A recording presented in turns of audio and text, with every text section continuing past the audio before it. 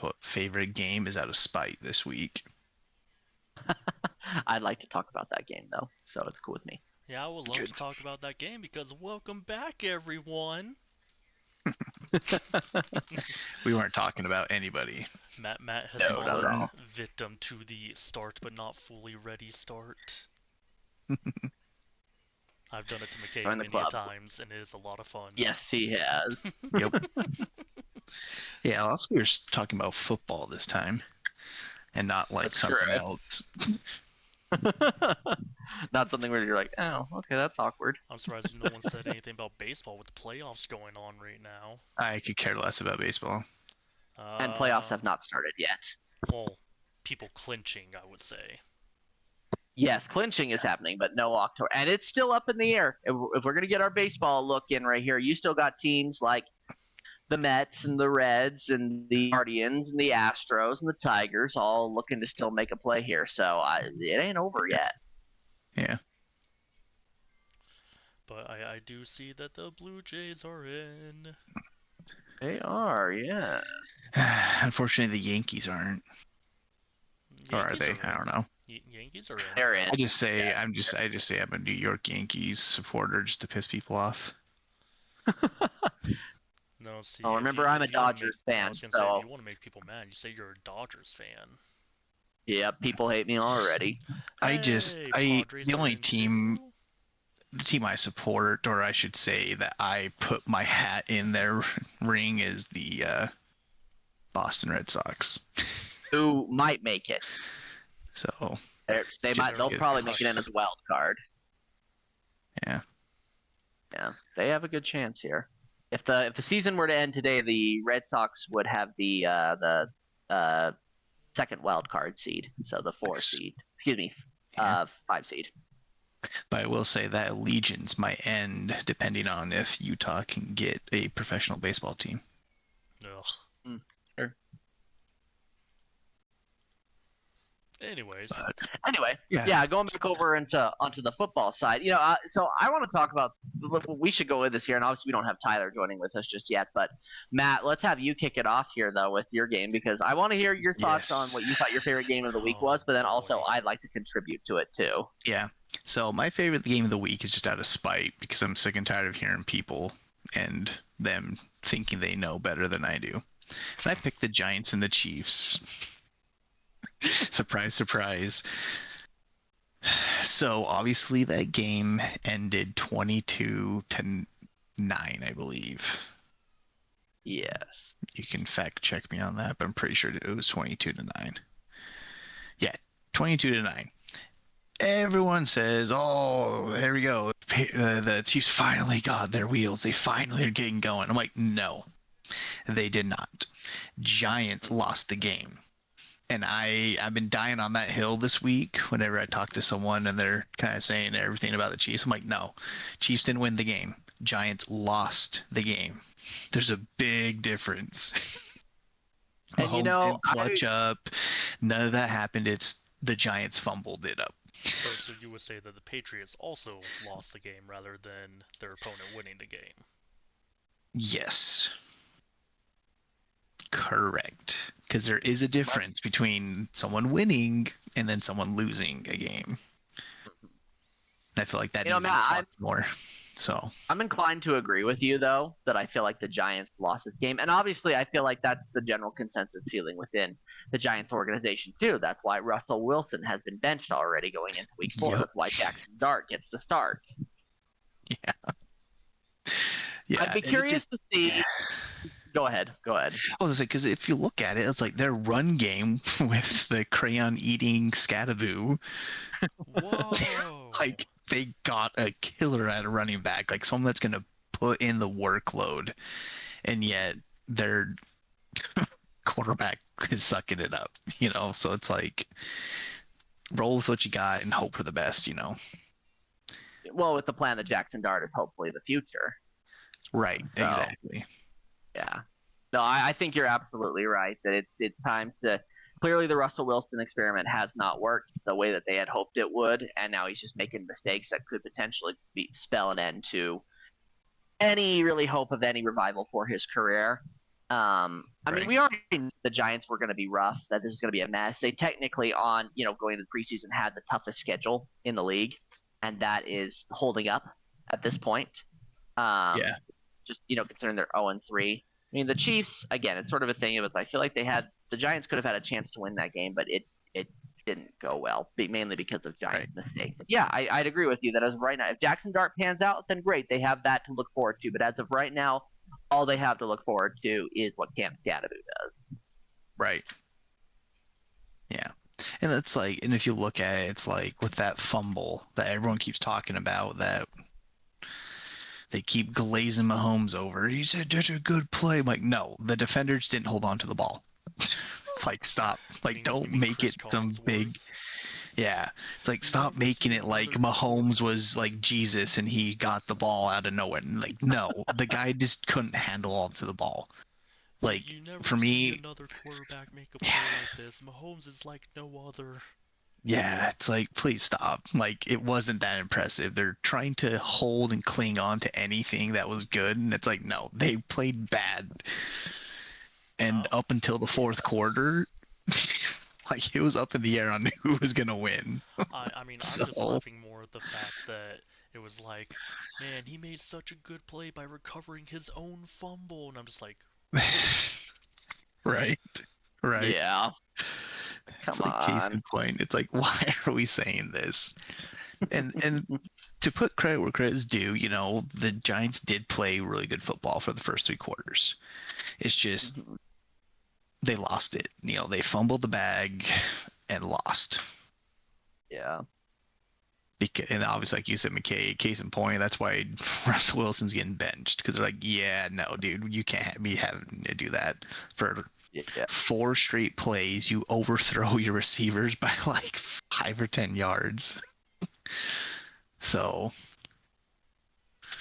yeah, it was pretty bad. Yeah, I picked that game just to kind of like try to level everyone out and just be like, guys, they did not play good. Neither team. There's a reason why there's only, 31 points total. Whereas the rest of the league, there's actually good games. Which we should be talking about one of those. I don't know. I think the Chiefs played very well. Uh-huh. I started calling you Pinocchio, Shane. With that segue though, I really do have to talk about what my favorite game was of this week. And Matt, you weren't on yet. I was talking with Shane about it because Shane was kind of like, "Oh, how come you liked Monday Night Football, Lions and Ravens, more than Cowboys and Bears?" And don't get me wrong, Cowboys and Bears, I loved it. I loved how well that game went. It's always good. That was a good pick me up. Exactly. I mean, that's a big part of it. I mean, 1 for the Bears to get the win, 2 for the Cowboys to lose. It's a great feeling. But I loved Lions and Ravens for the highlight reel that it was. That there are interesting statistics to talk about all around about these teams because, I think that both of these teams are really, really good teams. And yet the Lions do have kind of an ugly loss on their record to the Packers. But what to say about the Packers? The Packers lost to the Browns this week. So you have question marks surrounding that. But all in all, great play from the Lions offensively and defensively on the ball. You have 2 absolute dogs. It doesn't matter if you have Ben Johnson in the system or not. You have Jahmyr Gibbs and David Montgomery, who are both absolute monsters at their position. But at the same time, on the flip side, I got to go with this. The Ravens are 1-2. I don't think the Ravens are a bad team. Oh, they have one of the hardest starts.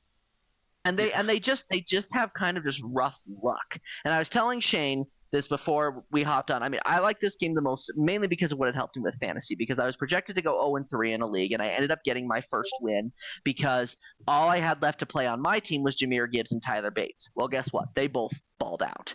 Whereas my opponent, who was only 10 points ahead of me, all that he had left was Derrick Henry and Zay Flowers. And Zay Flowers only got like a whopping 3 points. And Derrick Henry was off to a great start, got that touchdown. But for his 3rd straight game this season, Derrick Henry has lost a fumble. Right. So is it a profit of bad luck? Is it just, kind of a rough start for the Ravens? Because I don't think the Ravens are a bad team. Lamar Jackson, if we're talking fantasy, still put up almost 30 fantasy points, and the dude got sacked 7 times. Yeah. Well, and on this game, the biggest problem the Ravens have, which they should fix before the trade deadline closes, is get someone on defense that can put pressure. Because this game, they had 0 sacks. Right. 0.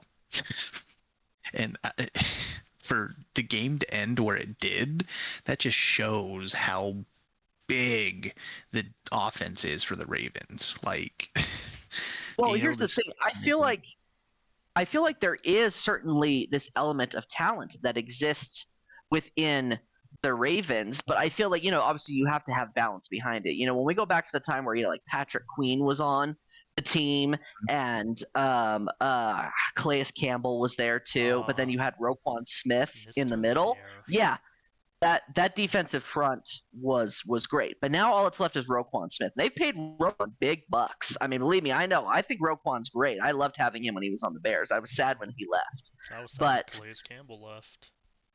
Yeah, you get it. But the thing is now all that's left is Roquan. So yeah, I agree with you, Matt, that it's like if the Ravens really want to get a fix, they need someone to help so that Roquan isn't basically getting all the pressure to himself, and then therefore it can't make a defensive impact. And if you look at this at the end of the season, the teams the Ravens are going to have to get through that have been playing well so far, I don't think they'll be able to get past them, especially since those teams have good offense and defensive teams. Like, and the Ravens are just falling short. It's like, can Lamar really pull out a crazy showing on offense to make up for lack of defense, or are they just going to get rolled by the Bills? The Bills was just a choke job. The Bills was a choke job. I think the Ravens should have won that game. It's just they kind of fell apart at the end, and the Bills took advantage of that because the Bills are a good team. This case with the Lions, because the Lions are a good team too, but you want to know something that was really big and I think really, really crucial for them? Lamar didn't do much running because dude just kept getting sacked. So he had to rely on the pass game, and I have got to hand it to the Lions secondary because they immobilized Zay Flowers. The fantasy points speak for themselves. He had to rely on Rashad Bateman to score points because they covered DeAndre Hopkins and Zay Flowers so well. Right.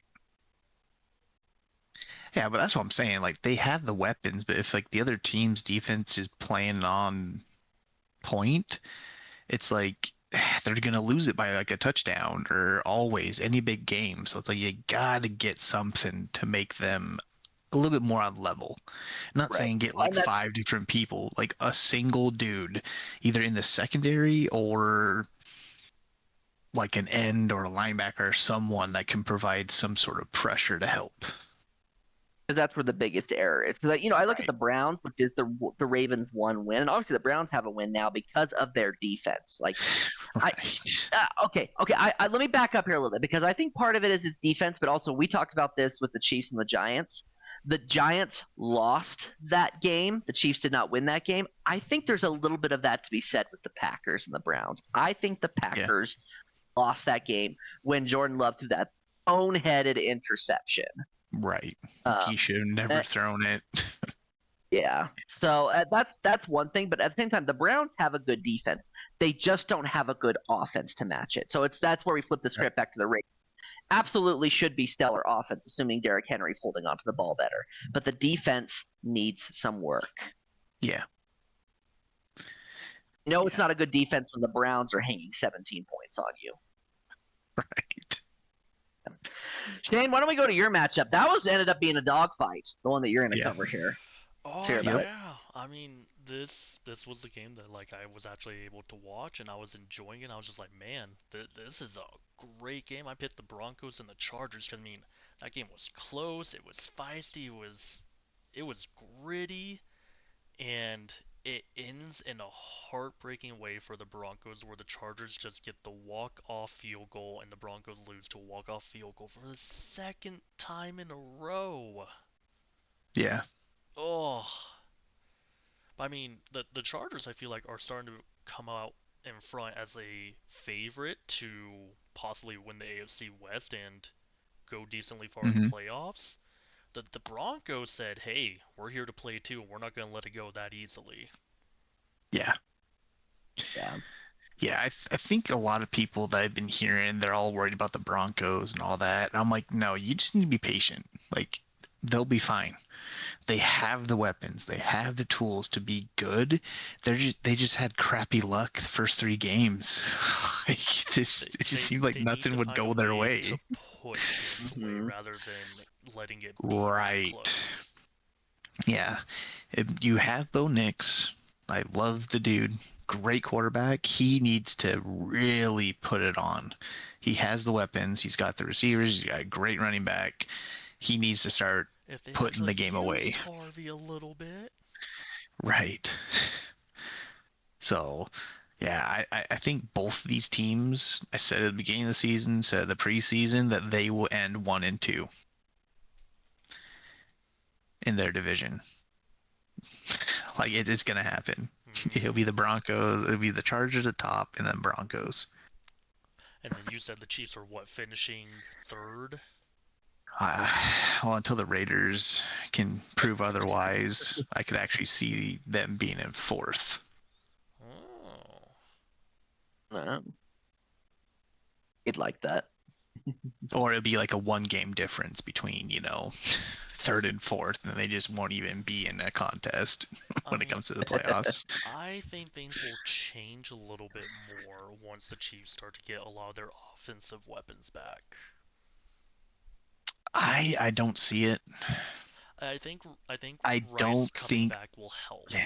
Thornton is stepping up a lot. I just don't see it. Like, it's very rare that one player can be the end-all, be-all for the team. Oh. And Rice is not it. I would disagree. He's not. For the main reason that the Jaguars are leading the league in dropped passes, and honestly, if we were coming down with half of those drop passes, we would be shutting people out a little bit more. I just don't think having Rice back is going to make a difference, but bringing it back to the Chargers game, because I could talk about how bad the Chiefs are all day, and I will bring it back because I kind of played a part. But yeah, no, I love this game. It was my favorite thing to watch while I was watching the game is the win probability chart. Like, it was back and forth at half. It's all the Chargers, and then the second half started, and then it started going up with the Broncos, and then all of a sudden it's just like the last bit of the fourth quarter, bam, drops straight down for the Chargers to win. So that was fun to watch that probability kind of go all over the place. But nah, it was a good game. I enjoyed it. And Herbert had an amazing game. I mean, Herbert has been very good lately. Yeah. Telling you, man. It's the girlfriend juice, girlfriend serum, whatever you want to call it. It's what it is, man. Herbert's nickname going forward should be Herbie Fully Loaded. Right. Oh my god. That's funny. I like that. What's more important, girlfriend juice or fiance juice? Yep. Speaking of Tyler, hello, Tyler. Hello. Welcome. I think it shows, this is not going to be related to football, but it kind of is. If you have a great support system, you can achieve a lot as a player. Or just in life. You got a great life partner, you got a great thing at home, you're good to go. And until it's proven wrong, we can't say anything otherwise. Now, I feel like we should talk about Tyler's favorite game, which I'm sure is Yes. the Panthers thrashing of 30-0 against the Falcons. Matt, I hate to say it, the Panthers outdid you guys. Bro. I'd rather not talk about it. But no, we should talk about it. Because I think the rule is if you don't have a say in our little sheet, we get to choose, right? Is that how it works? You I don't made remember that. hearing that. I mean, Yeah. I definitely want to hear Tyler's thoughts on it, because this this was really bad. And I saw a statistic saying that Michael Penix is like 0 whatever against teams that score more than 7 points or something like that. Really? Mm-hmm. I think the biggest thing, Tyler, that I think is the reason we want to talk about it and just get your take on it is just because it was, a shutout loss to the Panthers and because of Penix's play, do you feel like it's time to hit the panic button? Because I'm over here kind of thinking to myself, like, after what the Bears did to the Cowboys, I'm kind of like, whoo, all right, well, this happens to be one of those games. These happens to be one of those games where maybe I develop a little bit of faith in Caleb Williams, and after seeing what happened with the Panthers and Falcons game, I'm like, well, maybe he wasn't the worst, quarterback in his draft. So like let's be real. And I don't say that to be antagonistic or to razz you. I just say it more in a way of like I worry about Penix and his abilities here. Okay, let's leave it here. Eberflus finally got Williams a win. He certainly did. Yeah. But I am curious. I need to know what your thoughts are on Penix and your team in general, because I feel like if you guys were to get shut out by the Chargers, I wouldn't bat an eye. But the Panthers, who a lot of people, us included, thought was probably going to be one of, if not the worst team this season. They had a 9% win chance before the game started. Just by the way. Whoa. That's insane. That hurts. It is a division rival. We understand that. I understand it's a division rival because those things always go one way or the other. Yes, they would always go one way or the other.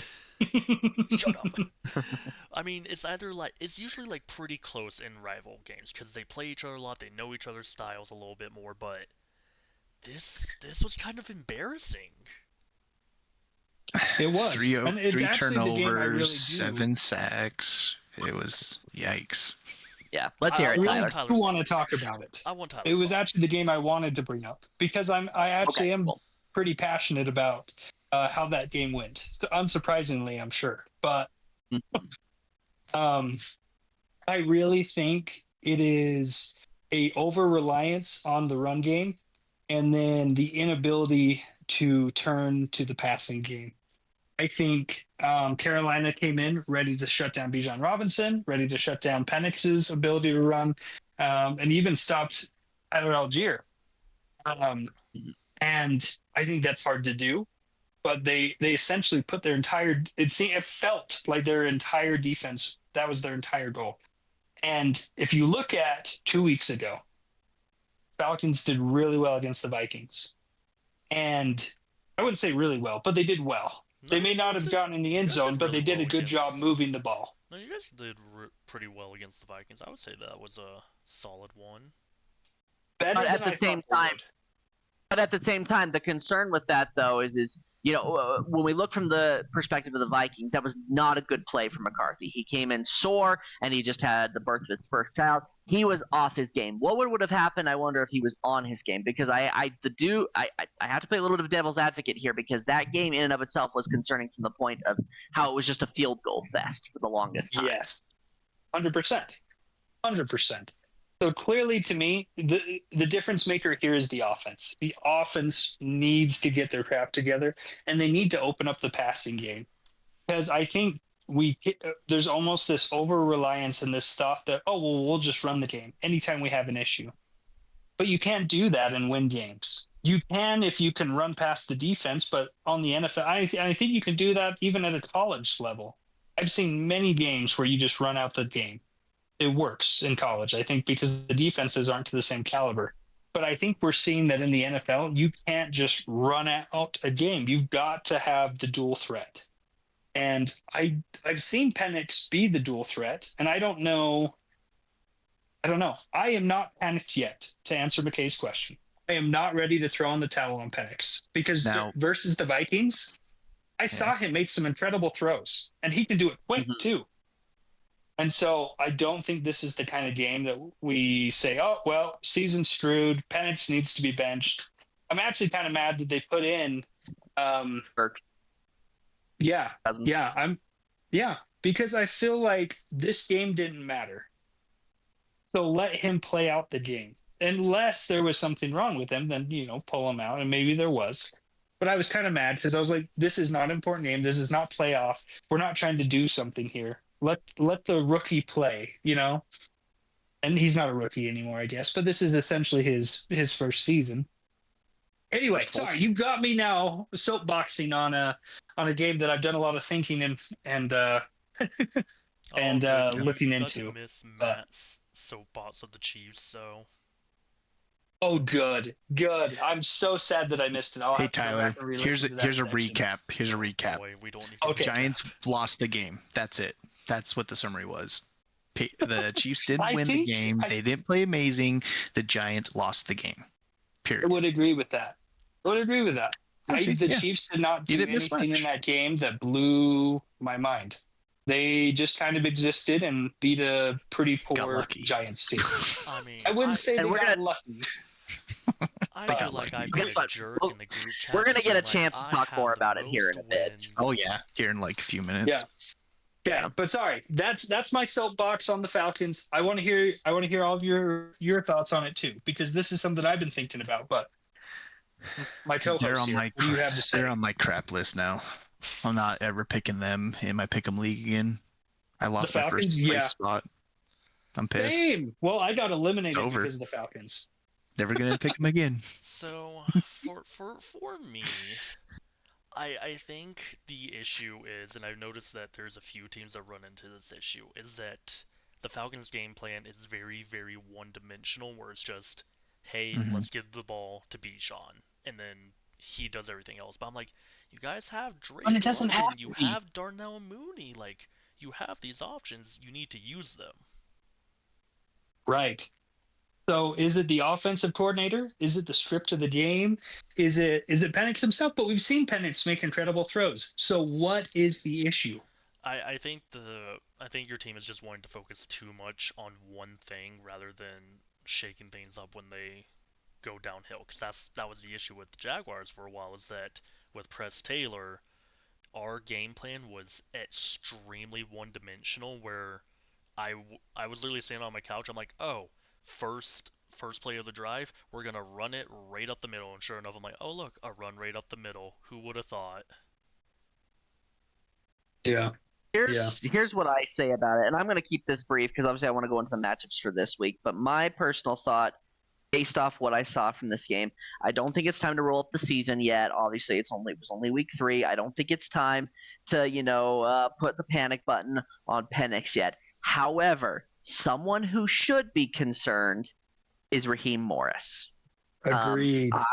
I believe that he has gone from being generally safe in his job to having his feet get a little warm. Yep. And I think that was clear because I noticed you guys did fire your wide receivers coach after the game. So firing is happening. So that's all I have to say there. Well, okay. I think it's hard to just blame the coach, but yes, I would agree. It all starts with the coach. Anyway, sorry, we can move on. No, you got a good point. I mean, everyone wants to go after their quarterback, but at the same time, you have to talk about the responsibility that comes from the head coach and the decisions that then funnel down potentially to offensive coordinator and defensive coordinator when it comes to the schemes and talking about those schemes throughout the week in practice. Yeah, agreed. It's not always the players. Yeah, it's not always the players. It could be the coaching decisions. Yeah, absolutely. Well, and if I could point out a really good example, sorry, one more thing before. No, you're good. You're good. Look at the Bears. Look at the Bears. A team that should have the tools they need, that occasionally have figured it out. And I feel like that's a little bit of the Falcons. It's like, yes, we have the tools. We have 2 of the best running backs in the game. We have some of the best wide receivers in the game. We have a quarterback who's young, but I think has got really good potential. Why is our offense not high-powered? Yeah, sure, the defense does pretty good. I've seen the defense do pretty well. I've seen them have hard nights and good nights. They're pretty mid-tier. But anyway, there's got to be a disconnect somewhere. And I think the Bears are a good example of it. And this year the Bears seem to be figuring it out a little bit. I mean, look at It's this an last improvement week. from last year. It's an improvement from last year, that's for sure.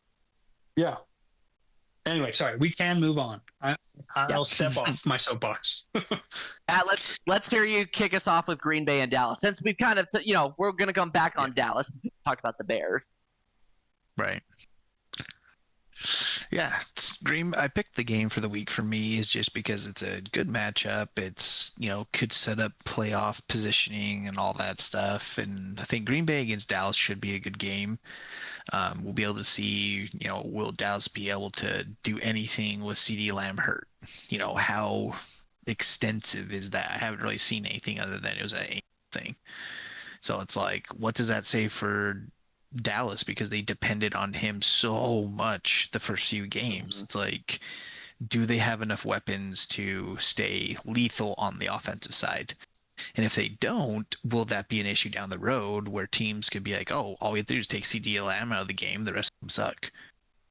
So this, And I would like to answer that question. If we are going off of the past 3 games, then the answer to that is you take CeeDee Lamb out of the game, then absolutely you can run over the Cowboys. Because let's take over that first game there where CeeDee Lamb kept dropping passes. That enabled the Eagles to win. If CeeDee Lamb hadn't dropped those passes, I think the Cowboys might have upset. The Cowboys had to go into overtime against the Giants. And again, CeeDee Lamb was pretty ineffective in that game. So you go up against a team that's not good, like the Giants, but can make some noise, and you just barely get the win there. Thanks to Brandon Aubrey. Thanks to having a great kicker, but a great kicker can't make the entire game. Then you get this case with the Bears. I personally think the Bears still would have won the game. But the reason the Cowboys got curb stomped is because CeeDee Lamb went out of the game so early. Yep. And it just imploded their plan. Yeah, it should have been much closer than it actually was. Right. Yeah. How do you think Dallas wins this game? Is it possible? Well, I think with Green Bay they have a killer defense. But it comes back to Jordan Love. If he can play good and play clean, Green Bay can win. They will continue to win, and they'll probably be in the playoff picture going pretty deep. But it all comes down to Love. Can he sustain great play without mistakes? So and I feel like with Dallas, it kind of is a good test. Because Dallas's defense is okay. It's nothing, amazing. Actually, Dallas's defense should be a lot better than it is. But the problem is it now when we basically jump into the season, right before we're getting into the meat of the season, you have Trevin Diggs, who's just coming back. You have Deron Bland, who is now out with an injury, and then all of a sudden, poof, Micah Parsons is gone. That's 3 big pieces that are gone, and the defense should be better. And I can say this because this was the one skill that he actually had. Matt Eberflus's defensive schemes actually really work, but you've got to have the players to do it. Dallas doesn't have that, so its defense is pretty weak right now. If the defense is able to bring its A game, essentially, especially I'd say in the secondary where they can make Jordan Love make the big mistakes, I think it's absolutely possible. Green Bay is a lot like what we talked about when it came to the Baltimore Ravens, where we said the Baltimore Ravens have an absolutely thriving offense right now, but they got to figure something out on defense. They got to find a piece that fixes it. I believe the opposite is true with Green Bay. I think Green Bay's defense is great right now, which is usually something you don't see from Green Bay. But that offense feels stagnant all across the board. Jordan Love is okay. Josh Jacobs is okay. The receiver core is okay. That's it. Right. And that's why I think this game is that important that they have to win. They have to perform. They have to play at a high level. Essentially do what the Bears did to the Cowboys. Beat them into the ground. Because if not, if you can't hold them down, especially with getting Parsons, I feel like that will mess up the psyche a little bit on both sides of the ball, and it's kind of like a necessary win for Green Bay. If they lose, I feel like that could shake them up a little bit to the point where they don't recover. they don't recover. Jordan Love isn't a constant like good game, bad game, good game, bad game, bad game, bad game, good game, bad game, and that's not good enough to make it to the playoffs. So I think this game will be important. I think Love needs to spread the ball around a little bit more. Personally, I feel like he kind of goes to the same guy. Granted, they got Jalen Reed out, so that kind of sucks. But at the same time, you still throw the ball to Romeo Doubs and maybe Dontavian Wicks. But I'm like, you've got Matthew Golden out there. Why aren't we using him more? Right, it's like one of the top prospects. Yeah. As a receiver, and you're not giving him the ball. It seems to me, Matt, that you're saying that Jordan Love is the matchup monster in this game. Yeah, I personally, I think it comes down to Love. Like it obviously we always talk about the quarterback, but in this case, he's the one that's controlling he controls who gets the ball and who doesn't. And I agree with that. I just have to. I'm going to take the cliche approach. We all know what's coming up here as far as who I think the matchup monster is, but I have to take this cliche approach of saying Micah Parsons is the matchup monster for this. But here's the reason why. I was reading today that the game, with it being in Dallas, they do not plan to do a tribute to him. So, and Micah Parsons is kind of doing this whole thing where he's like, it's no big deal. The tribute will be if I get the win. Deep down that dude is seething, and he is using this as fuel for the fire, as motivation. He'll find anything that he can to use motivation, just like how Michael Jordan did it in the 90s. Mm-hmm. And he is going to be on a tear. And I personally feel that you could potentially have – I still say Green Bay is going to win this game. That's my personal take.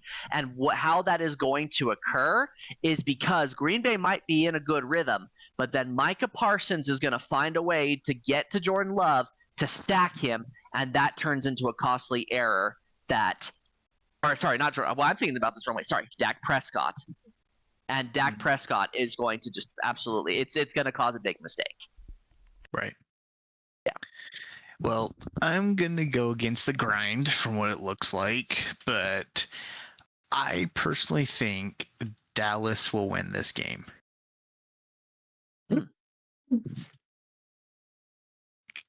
Just for the reason that, like, it would hose the Green Bay for the rest of the year. Just messing them up psychologically. It'll mess up Love. It'll mess up Parsons going, man, maybe I shouldn't have left, and then that whole cycle starts. But I think Dallas could pull it out, especially if Dak plays like the good Dak, where he's making good decisions with the ball. He's running when he's supposed to. He's gaining those yards. Like, he carries the team. They will win this game. But yeah, that's with the but. And that's why my matchup monster is Love instead of Dak. Just because if Jordan Love plays better, Dallas will lose. It's fair. So Shane, Tyler, what are you adding? And I talked a lot on this one. I was like, not much. I mean, I was gonna say. I feel like Dallas without Lamb is going to struggle heavily in this match. Mm-hmm. So I'm gonna go with Josh Jacobs because I think once the Packers get on the board with at least 2 scores, they're just gonna hand the ball off and try to run out the time a good amount. I got Jacobs in a couple fantasy leagues. I wouldn't complain. I'm just surprised that we're not all thinking Green Bay, but you know what? I respect it. Way to be different, Matt. Yeah. And actually, I might change it here in like 2 seconds. Okay, he's listed as doubtful still. He didn't practice, so. Oh, CD's going on IR. Mm-hmm. Yeah, he's still doubtful. Didn't practice Wednesday, and that's usually a pretty good indicator if he doesn't do any partial practice or anything like that. That's why I wanted to. They pretty much guaranteed he's going to go on IR. Yeah. When it was 6 hours ago that they put that report out, and from my experience, if they say a guy's hurt, but then he practiced on Wednesday, there's a good chance he'll play. But this one says he did not practice, so I probably will. I'm going to stick with my answer. Because if I'm right, I could be like, haha. Oh boy, are you gonna pick them for the Pick'em League as well? Yeah, because I'm in first place. I can afford a loss. Well, just gonna let everyone catch up then. I don't need. Shane, let's hear what you got to say about Texans and Titans. This is an interesting game because it's two I losing like teams. this game. Two winless teams. It's two winless teams. They're division opponents, and if the Texans, who a lot of people had a lot of high expectations this season, for them just kind of saying the AFC South runs through the Texans, they're 0-3. They're already 0-1 against a division opponent, and if they lose again, it's going to be hard to fight back. Both these teams are fighting for their first win. The Texans, they need this win in order to bounce back and kind of calm some nerves a bit. The Titans, I think Cam Ward is hungry for his first professional win.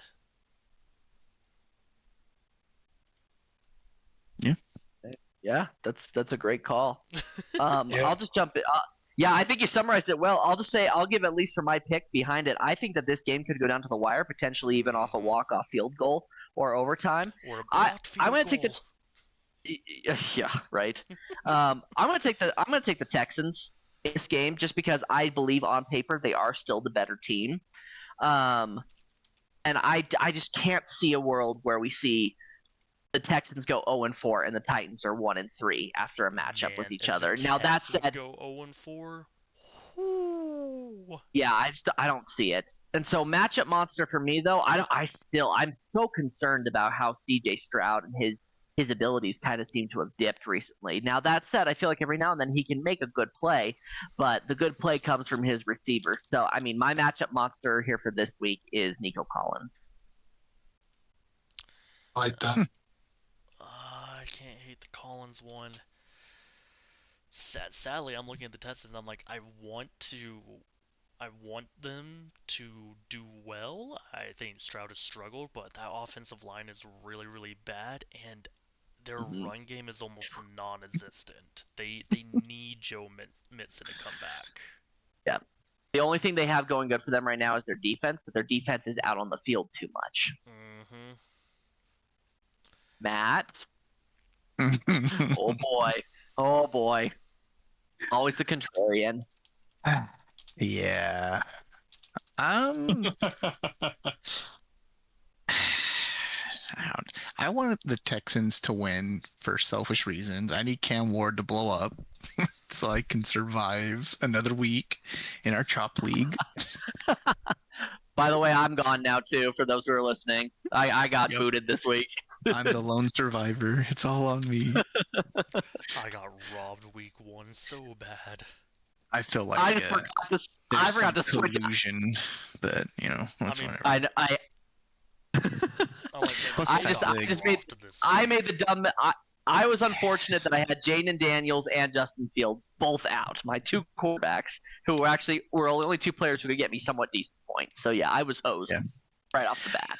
Yeah, and I'm just confused on how the guy in first place is still in first place when he has 3 quarterbacks on his bench. But hey, that's neither here nor there.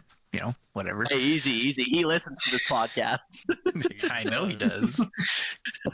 I hope he hears me loud and clear. I mean, Daniel Jones has been great, and he's basically just having 2 quarterbacks, one just being in that flex spot for any position, and it works so good. Yep. But why do you think Titans are going to win this, Matt? Outside of just the hope that they do. I feel like it's just like they have to win. I get it. Texans need to win too. It's one of those games. But I think it's more detrimental for the Titans to lose than the Texans, because the Texans can bounce back. They can do better. Where the Titans, it's like your confidence is shot, and then you're going to go back to getting the #1 draft pick again. And then it's like, what are you going to do? Are you going to turn into the Browns where they got like round draft picks for like years and never did anything? Or are you going to have Lions on with Ward, let him control the game a little bit more, get the ball where he wants it? And can they beat the Texans by doing that for this game? Which would be a huge confidence boost for them. But I think they're capable of beating the Titans. They have the players to do it. It's just for whatever reason, no one is stepping up. And I think Ward is my matchup monster for this reason, because he needs to lead the team and step up. He needs to start running the ball. He needs to be throwing. If he has no pass, okay, you're running to get like 5 or 10 yards. Like, he needs to be a dual threat quarterback this game. Put pressure on the Texans defense, make them double think, okay, maybe we shouldn't let him 100 yards. Give a little bit less pressure with his receivers and then start hitting them. You know, like, he's got to do something other than what he's done so far. He's just mediocre. Okay. Yeah, I like that. We're gonna move on here a little bit, Tyler. So I gotta do a little introduction here. I actually, Shane, Matt, you'll laugh at this. I actually texted Tyler today and I assigned him this matchup. And the reason being that I felt it was absolutely necessary here because. For those of you who listen, and we all know it within ourselves, we all, of course, have our teams that we love, which means we have 3 teams in the division that we just essentially can't stand. But for some reason, there also seems to exist beyond that one team that's not part of the division of the team that we cheer for that we just absolutely loathe. So Matt, obviously, Kansas City Chiefs. Who else? Shane, you kind of have this dual thing we've known on this podcast where it's the Panthers and the Panthers and the Giants. I hear very often. Titans. Well, F the Titans. But I'm saying outside of your division, buddy. Outside of your division. So Panthers and Giants are 2 that I hear a lot. Panthers, I would say more so. Giants has gone away a lot just because. Either way, I hear them a lot. I hear them a lot, and for me, obviously, we know the big one is the Dallas Cowboys. But for Tyler, obviously, it makes sense that he would hate the Buccaneers being a division rival. But Tyler also hates the Eagles in a way that all the rest of us seem to hate these other teams. And believe me, it exists beyond the podcast, right? My wife is a 49ers fan. Obviously, doesn't like the Rams or the Seahawks or the Cardinals, but for some reason. The girl hates the Baltimore Ravens. Why? So really? Yeah, she hates the Ravens. She's never liked them. Ravens have been like one of my favorite teams. Yeah. So what I'm saying is, like, it exists across the board. You know what I mean? So Tyler, with that, take it away here. I want to hear your rage against these 2 teams and how you feel about them. Well, you want me to dive into the game or my rage? I mean, because I can do both. And the rage. Okay. Yeah, the game. Mix it in with the rage. Well, obviously we have a division rival, and then we have the Eagles. But I won't dive too much into it. I'll just say this: I really feel, especially because it's already 8:56. But like, I really think this game is going to come down to the defense. And I think Buccaneers defense is going to be the defense that wins this game for them. They're especially powerful against the run. And where's the Eagles' strongest game? Their run. Whether it's their running backs, whether it's their quarterback, it doesn't matter. That's typically what has kept their game alive for them, is some crazy running play when they need it the most. And I think that if the Buccaneers can shut that down, I think we see an Eagles team crumble. I'm not saying it's going to be some blowout game, but I do see the Buccaneers taking this. I think it's going to be a close game. I think the Bucs come out on top. And honestly, it's hard because do I want which team do I like less? I don't know. But I think I do know. I think I'd rather see the Buccaneers win. So maybe this is a little bit of that bias coming in. But, yeah, I do think the Buccaneers take this one.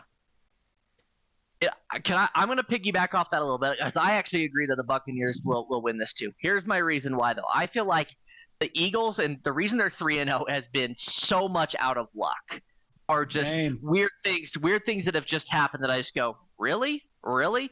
I mean, I feel like, in that first game against the Cowboys with Jalen Carter out, I mean, the Cowboys almost had him. You know what I mean? It got close there. Yeah. Same thing where the Chiefs held it closer than I thought they would against the Eagles. I thought the Eagles would blow them out of the water like it was the Super Bowl again. And it ended up being closer than that, and the Chiefs aren't a good team. And then last week with the Rams, I mean, come on. the way that ended, that's just you just don't see that. You don't see that all that often. And yeah, I just with what I'm gonna say to that, yeah, I think the run game is gonna be a big piece behind it. The run defense for the Buccaneers is really good, which will make it difficult for Saquon Barkley. I haven't seen much from Devontae Smith and AJ Brown, and I think it's difficult. Yeah, this last week. Well, I know, but I haven't seen enough. You know what I mean? Devontae Smith had a good game too, but Jalen Hurts, I'm not a believer in it just yet. Whereas the other thing that I do see, and I saw it with the Cowboys, and I'll admit, I saw it with the Rams with Kyron Williams. I think that the run defense. I think the pass defense for the Eagles is really really good, but I think that the run defense still needs a little bit of work here and there. So with that, I actually think there's a good possibility that we're going to see the Bucky Irving masterpiece in this game. So that's who I've got in this matchup. Oh, don't say that name. I am benching him this week because of the Eagles, and I've been debating on putting him back on the rotation. Put him in. Put him in, Shane. You can yell at us next week if it doesn't work out. Peer pressure. Do it. Hold on. Do it right now. We got to do a breakdown to see who we have first of all. Okay. So do it. Do. I got him in one league. Okay. Let's check the other one. I know I have a benched in one. Hey, don't Matt, cover this while he's stressing. Yeah. Give your thoughts while he's stressing. I think the Bucs are going to win this one. I think it's a game where it really honestly doesn't matter. All it's going to matter is field position towards the end, or home field advantage, whatever you want to call it, down the road. But personally, I think the Bucs are just going to light it up. Baker's been playing great football. He's been leading the team. He keeps the mentality of the team. And if he continues what he's doing, and then, Irvin blows up and just runs all over the Eagles, then it's a game over. Mm-hmm. But I think it's going to be a close game. Like, I don't think it's going to be a blowout for the Bucs, but I could see like 40-ish points apiece is what I'm predicting. Jeez. Dang. Wow. Like, I think it will be like those one plays where the guy just barely gets out and then they get those big leaps of yardage, but then it's dirty football from there on out. And they will score on either side. I don't think it's going to be a field goal fest. It can't be, because the way the Bucs play, Eagles have to step up. But on the flip side, if the Eagles can't get their passing game to work, they'll get blown out. Mm-hmm. Alrighty. So well said. Dane? So the lineup. By the way, I'm picking the Eagles to win. I'm gonna be different because Eagles just look good. Yeah. So okay. we got Bucky Irving on the bench. We also have Chase Brown on the bench and Scadaboo on the bench. No balls. Hold on. This is where the debate comes in. We got Bijan Robinson, which I feel like you can't put him out. You have to play him. No, you can bench him. You cannot. Bench him for Scadaboo. Nah. We got Omari and Hampton going against the Giants defense. Yeah, Hampton's he might do well. And he probably will. He's RB1 right now with Najee going down, so RB1 against the Giants defense.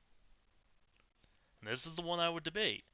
Travis Etienne against the against the 49ers defense, who just lost Bosa, and Etienne has been kind of the workhorse player right now.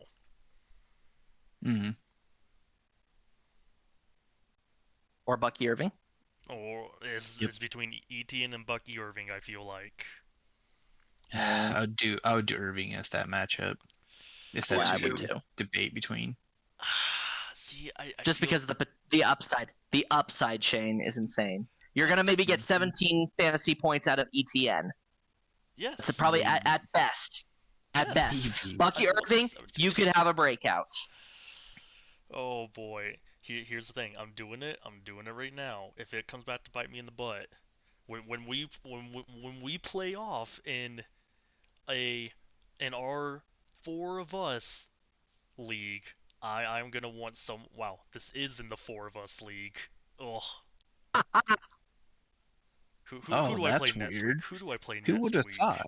Who do I play next week? Matt, you get to bench one player. If this flatlines, Okay. you get to bench Okay. one player. Okay. Alright. On the reverse side, once we're right, do you bench for the next 3 games? No! I like it. I like it. I like it. Do it. Do it. Whoa, hold on. I'm already taking the risk by doing what you guys are saying. Yes, but what if we just saved you from a terrible fantasy week because You're- all of our you're I teams go over to are the here. wisdom? casino, I put $5 down. I lose those $5. I win, I get $10. I need my money returned. If this wins, what if I you want my win? money. But what if you Yeah. cash in big with Bucky Irving? Come on, Oh, man, if Vegas. I cash in mega big, I will bench one player against Matt. For the next 3 weeks. No. Yeah, no. If you cash in big, You know what? Sure, because we all made the playoffs anyway. if Bucky Irving gets over 25 fantasy points, 25. that's the wager. 25. Oh, baby. I also feel bad because I feel like Matt's the only one putting anything up against this right now. Everyone else gets off scot-free. It's okay. Just the luck of the draw. Well, it when all it comes to depends. Who's playing you this week? Because we you could are. potentially. Oh, see, there we go. I have something to lose. I just gave you fantasy advice. Yeah, you could blow him what out. about McKay then? What about McKay? Shane, you got that much to lose. What better league to do it in? We all make the playoffs. McKay's Yeah, not he buy me gets an to ice cream watch. cone. Yeah, Okay, sure. I'll you Venmo you watch. $3. That's Alright, generous. You I have would to have done like deliver a the ice cream cone McDonald's. in person.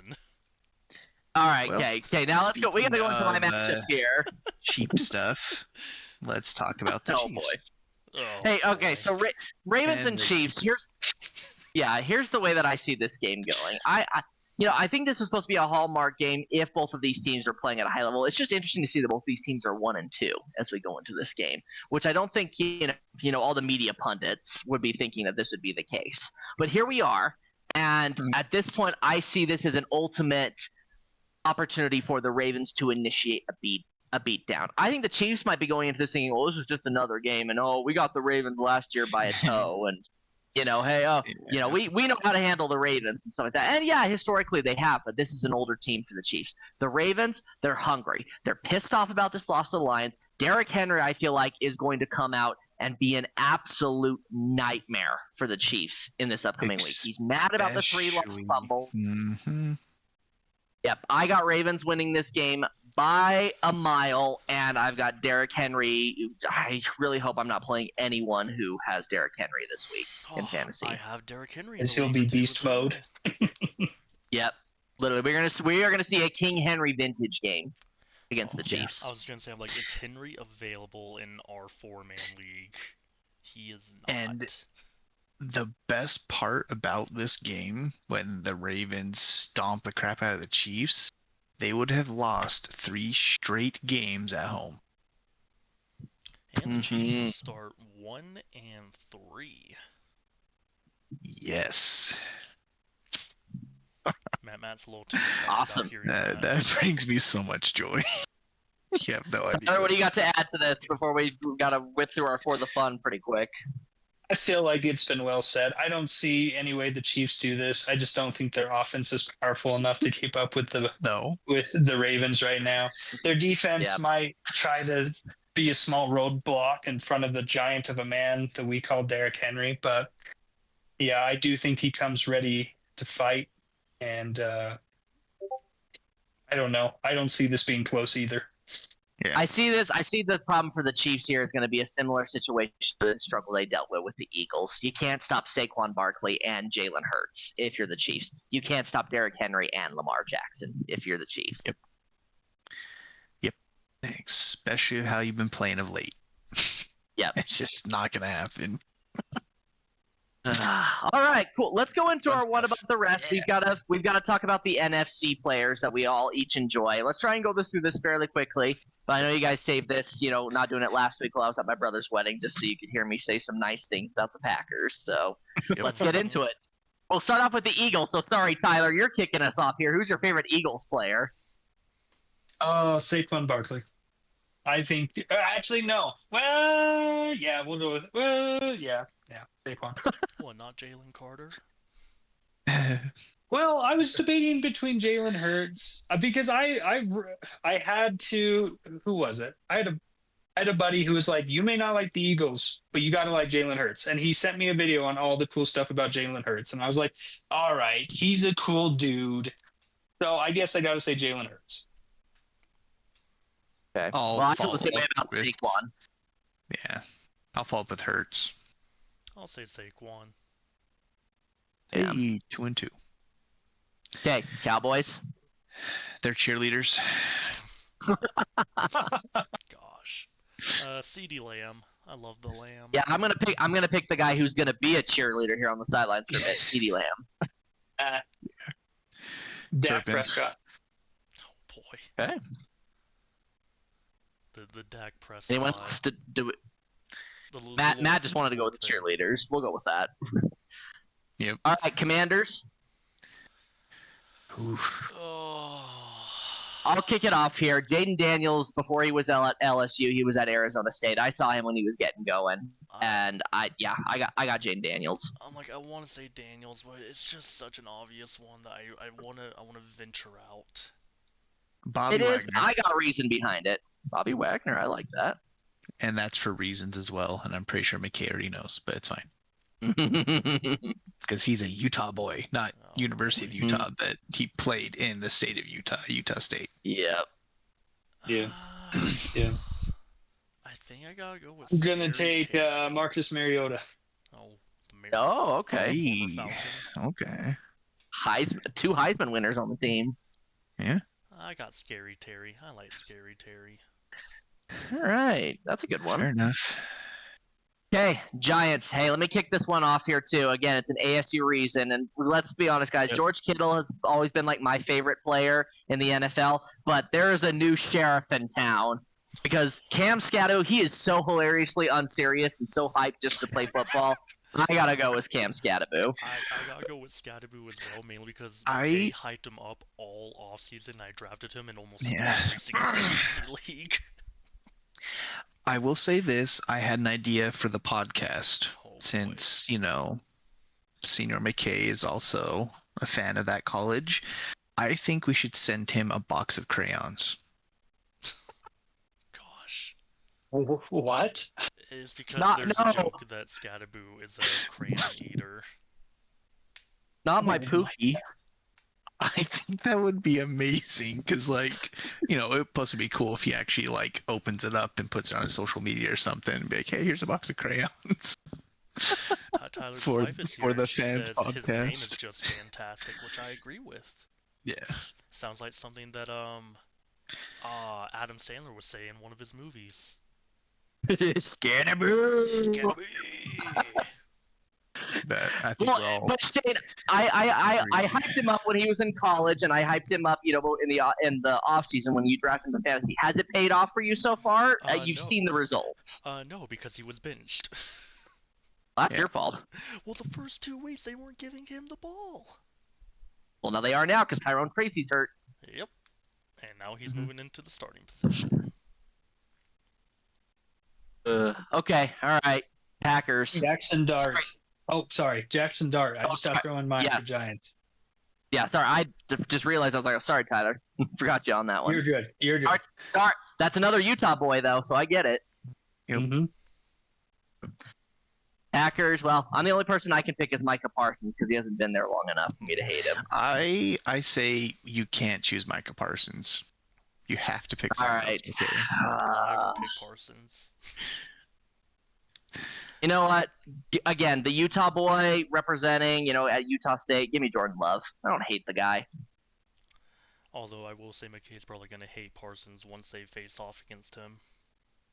Oh yeah, 100%. Actually, I take it back what I said. I actually really like Josh Jacobs and wanted him to be Rookie of the Year when he was at the Raiders. Give me Josh Jacobs. I do like some Jacobs.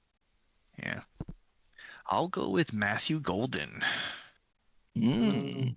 Good I choice. feel like he has a huge upside and they're just not giving him anything. So No, they're I feel bad not. for him. What do you think, Tyler? gonna go with Kraft. Yeah. Kraft. Okay. Oh, okay, cool. Bears. Let me get this out of the way. As it's my team. I really like Cole Kmet. To be honest with you, I like him. Yeah. And he's probably my favorite player on the team. All right, who's next? Oh man, there's so many that are tempting. Joe Thuney, because he was with the Patriots for 5 seasons. Thuney. Dude's an absolute beast. Oh, who's the other offensive lineman? He's like a Darnell Wright? No, he's like a third year. That should be Darnell Wright.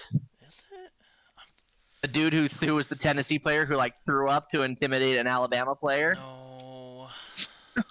That's wild. No, dead serious. In that game, he just felt sick and he just vomited and then just looks up at the Alabama defender and just nods his head like, "I'm gonna stop you." I don't think That's it's crazy. Did you guys cut him? I think you guys might have cut him. Yes, we I'm did. looking at the depth chart right now, and I don't see a Yes, lineman. cut Is it Uzi Trapilio? No. That's He an was- awesome name. He was injured like most of his rookie year. Okay. Oh, you're saying lineman? I thought you were talking about yeah. I'm probably gonna go with Odunze then. Okay. And Tyler? Same, actually. Odunze. Hey. Hey. All right, Vikings. The cheap answer is honestly Jettis.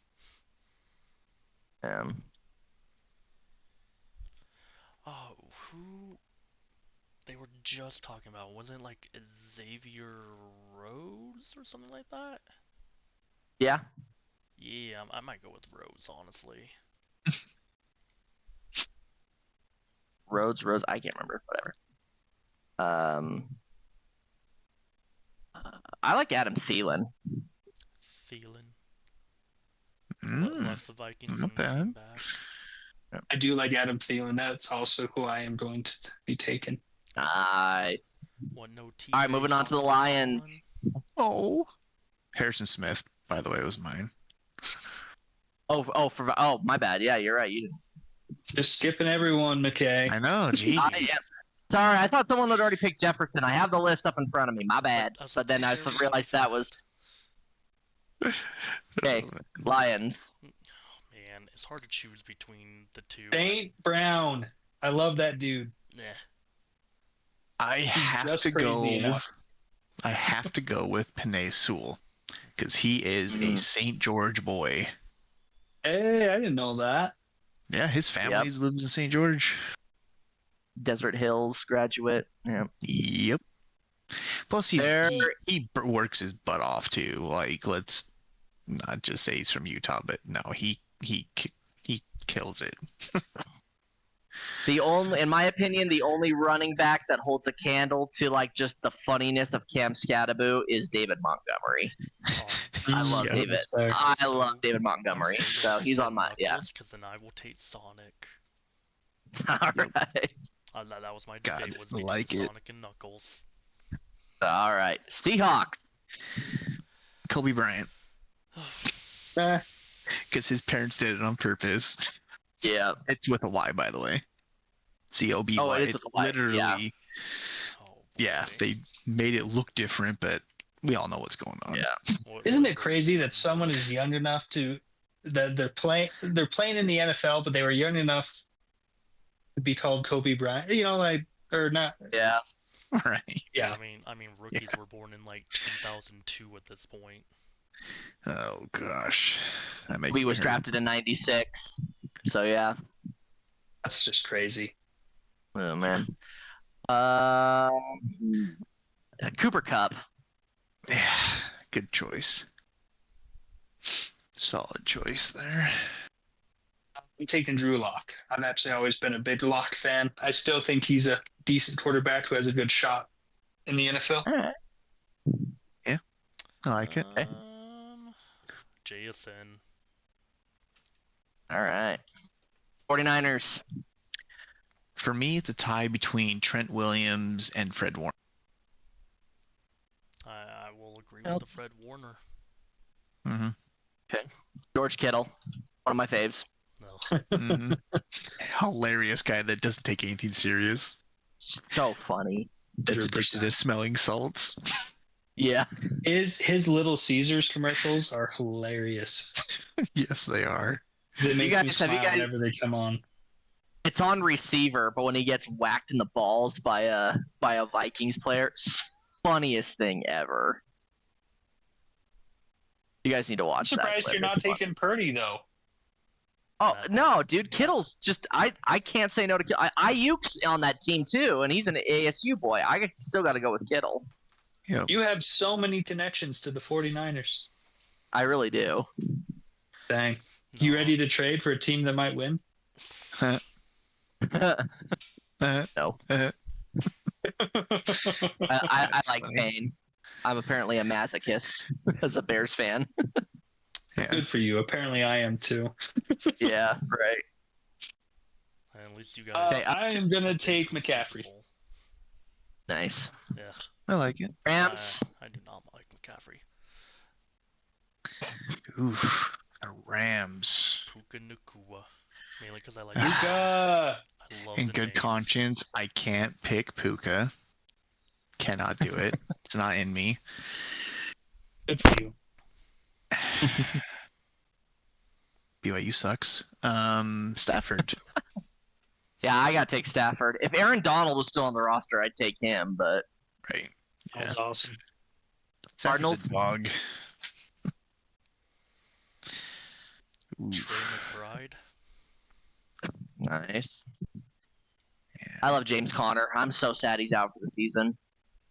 Yeah. Damn. No Kyler Jeez. Murray Call of Duty jokes so far. Nope. I actually need to change mine. I forgot. Calais Campbell. Oh Calais yeah, he is on Campbell. that team. The Yeah. arrow stats. Yeah. I love him. The fact that he's like. Well, I'm also going over with 40. another veteran for my choice is Buda Baker. Oh yeah, that's a good pick. Good. Yeah, dang. Calais Campbell, 39 years old. Yeah. Talk to me when he gets to 46. Oh I my mean, gosh. He's still doing pretty solid, so it may happen. Tyler, did you agree with James Conner, or did you have a different one? I did. That was my Okay, I focus wasn't point. sure. Gotcha. Okay, Saints. Let's wrap this up here. Going to the final one. I like Chris Olave, and I feel like he deserves better. I mean, Yeah, that's true. a lot of people deserve better. Okay, I'll just say it, even though I'm against I'm Taysom Hill. surprised. I'm surprised. Taysom Hill. You can't take Dude's Puka in- Wow. Nakua, but you can take Taysom. Really, you I could have not more pick Puka respect. Nakua, but you can take Taysom Hill. I'm very Alright. intrigued by this as well. Way more respect for Hill than I do Puka. The dude is a freaking animal. Coolest really is. player. Well, and if anything, he shows that he'll do anything to play football. If that Yeah. doesn't show that you love the game, like, yeah, Yeah, that's fair. All right, Tyler. he did who better goes than with Tim Saints? Tebow. Oh, same. I am taking Taysom. Sorry. Oh.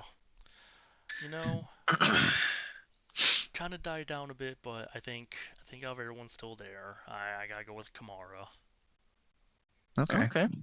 Yeah. not bad. That Christmas game still lives in my head. Oh, that was a good game. Mhm. Okay, Falcons. What is Tyler Algier? Oh, that's I knew you were gonna say that.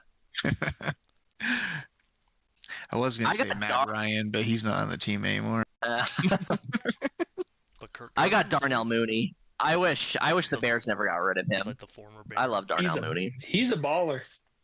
Yeah. Matt.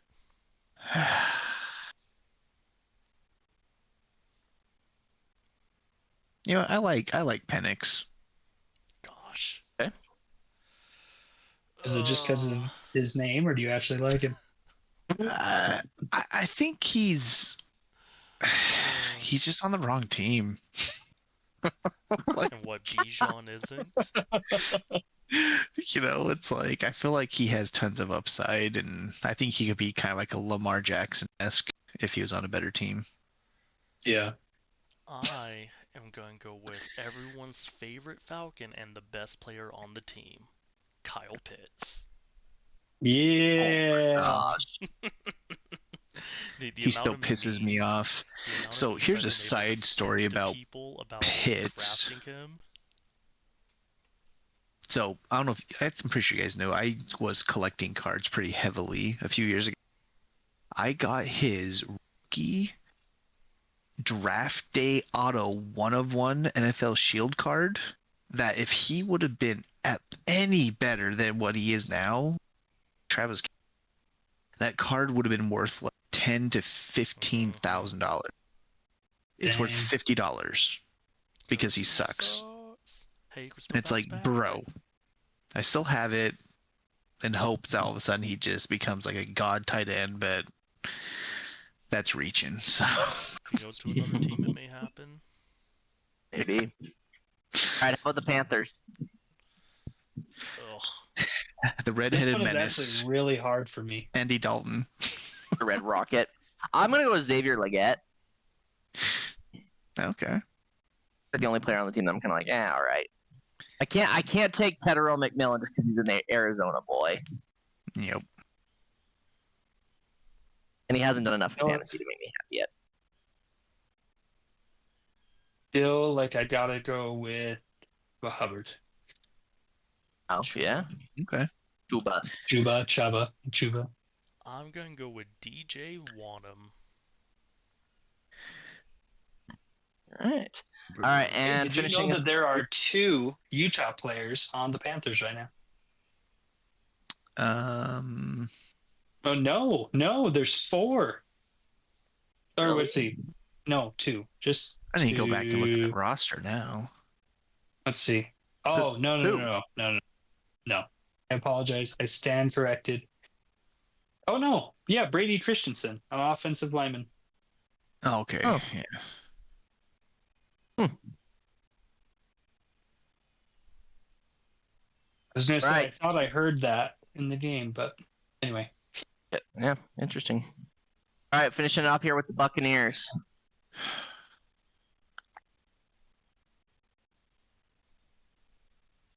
Everyone's very quiet on this one. I feel like The I gotta go with sake- Mike Evans. Yeah, I was gonna say I really wanted to go with Mike Evans, but for the sake of not, and maybe me just throwing it out there saying if I can't have Cam Scadaboo as rookie of the year this year, I really hope it's Emeka Egbuka. Yep. True. Buka is very high on my list. He has delivered for me in fantasy thus far, way more so than a player like Ashton Janty or Amarian Hampton or Travis Hunter. Tedero McMillan or any of them. Yeah. He's been a baller. I've been impressed with him. Yeah. I'm struggling because like I'm a sucker for like a good story and just like a good career and overall, but it's either Mayfield or Evans. Man. Baker Mayfield's a good pick. Yeah, I was 'cause torn he just- between- Yeah. I was torn between Egbuka and Mayfield, and I feel like you guys just kind of hit both of them. So I think I just gotta kind of agree at this point. All right. I like it. And that gets us through the entire list here. So with that, we went a little over here, but wanted to get through this. So now we just go into Thursday night football coming up next. Remind me, guys, why am I drawing a blank? Who's the game tomorrow night? Tomorrow night is a It's- sad one, but we get to see the debut of the rivalry uniforms. It's the Seahawks versus the Cardinals. That's Yeah. right. And it's on good old Prime Video. Hey, I rather Oh, have and I Prime have to- Video than I- Monday Night ESPN, which I don't have because I have ESPN Plus. Yeah. And I don't want I to pay an did, extra $15. I did mention the one thing I always mention every time we talk podcast is anyone know what the The what? Most expensive You game cut to out. attend right now. Oh, Oh, for NFL. this Yep. upcoming week. Mhm. Ooh. It's always one. I feel like the easy answer would be Ravens Chiefs, but I feel like a lot of people are kind of. It's actually one of the cheaper No. ones. I was gonna It's say like you a got to lot go of people based are off the going Chiefs. location. Oh, Yeah, you- Tyler's on it. Tyler's on it. I think I he knows. feel Jaguars, like 49ers? it's got to be Bears Raiders. Oh, okay. No, he's not on track anymore. Oh, Jaguars, Niners, California. Matt, is it Nope. Colts and Rams? Nope. It's not Colts and Rams. Dang it. Packers and Cowboys. No. Nope. Oh, Let's is it just Jets and say Dolphins? this one, nope, is not in the United States. Oh, is it the Oh, a Germany London game? game. Or not the... It is No. the Dublin, I was Ireland like, game. Dublin. yeah. Yeah. Pittsburgh and Makes Minnesota. $800. My What? Oh goodness. my! I thought the plan was to bring football to other countries, not rob them. Ireland must be loaded. Apparently. Yeah, when I saw that, I was like, $800. I'm like, it's not even the playoffs. But It's when all I saw about where the demand. location was, I was like, that makes sense. And the Yep. next closest game to that is the Raiders and the Bears. So I was close. I was. You were I close. was close. If it And then wasn't after for the that- Dublin game, It's Buffalo, and then the rest are kind of all similar. Oh. Hey Tyler, That we makes Matt sense. brought this up earlier at the beginning of the podcast, but he and I'm just throwing this out there for you though. Who do you think is the most expensive college game this weekend? ooh, expensive college game. Yeah. Ooh. It's probably game of the week, right? Whoever game of the week is going to, I would assume that would be the most expensive. I don't think it's game of the week, I don't think it's game of the week. Yeah. Ooh, Uh-uh. okay. but it's a Oh, big game. It's that rivalry. Oh, who is it? Oh, who's that big rivalry game? Is that rivalry? Is it Oh, I'm not a gonna say rivalry it's- game? I mean, it basically is a rivalry game, especially if we get Pat McAfee there, because boy, he's iconic for what he said about this game. Yeah. Darn it!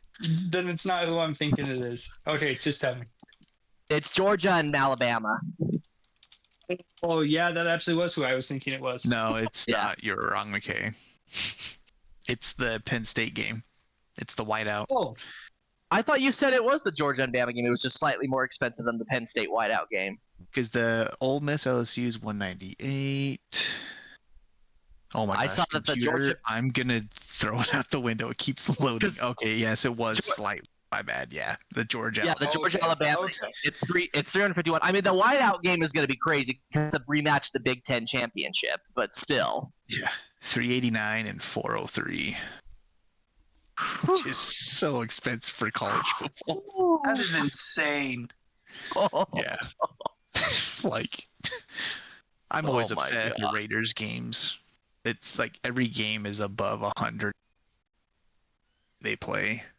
Yeah. Yeah, the Raider. That's the sucky thing about living close to the Raiders. That's our closest stadium and the Yep. most Yeah. expensive stadium in the U.S.